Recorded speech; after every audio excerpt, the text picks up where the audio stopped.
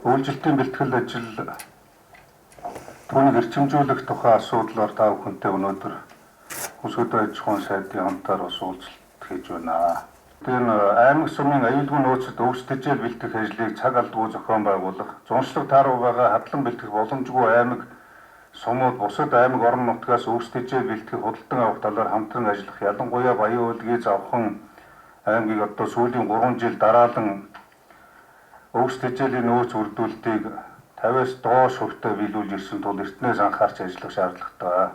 Тэгм учраас та бүхэн маань одоо аймаг орон нутгийн хэмжээнд, сум багийн хэмжээнд малчид иргэдтэйг аж ахуй нэгжүүдтэйгээ хамтарч аймаг орон нутаг хоорондоо одоо боломжтой бэлчээр өвчтөжийн даатс, өвчтөжөл хангалттай ургац сайтай газрууд бас ургац хомс байгаа аймаг орон нутагтаа тусал дэмжлэх ажлуудаа уялдуулж ажиллах замаар энэ аюулгүй нөөцөө бүрдүүлнэ.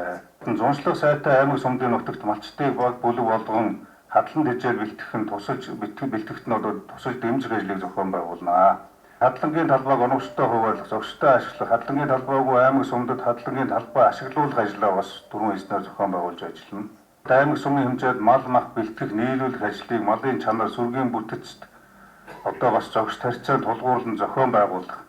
Орон нутгийнхаа хүн амын өвөл хаврын хүнсний хэрэгцээнд чанарын шаардлага хангасан мах бүтээгдэхүүнүүдийг нөөцөлж одоо нийлүүлээ зогсохгүй өмнөд урдснаар нийслэл Улаанбаатар хотын иргэдийг чэнжийн дамжлаггүйгээр махан бүтээгдэхүүнээр хангах асуудлыг энэ жил энэ үйл зохион байгуулнаа гэдгийг та бүхэн маань сайтар одоо ойлгож зохион байгуулаарай гэдгийг хэлье. Аймаг сумын хэмжээнд шаардлагат малын эм бэлдвэл халдвар хамгааллын хувцас, халдвар гүйтгэлийн багаж тоног төхөөрөмж бодисын нөөцийг бүрдүүлэх ажил бий. Амьд малын худалдаа шилжилт хөдөлгөөн отор нүүдлийн зорилгоор аймаг сумд дамжсан малын шилжилт хөдөлгөөнийг түрүүн одоо хэлсэн системийн хяналтанд хатуу авах ёстой. Халдвар төвчөнд харахаас өрчин сэргийлэх, тэмцэх, хор уршигын талаар малчид ард иргэд аж ахуй нэгж байгууллагууд ухуулах сурталчилгааг орон нутгийн хэмжээнд сайтрыг хийх хэрэгтэй байна. Засгийн газраас, салбарын яамнаас, мал эмнэлгийн ерөнхий газраас, аймаг орон нутгийн удирдлагуудаас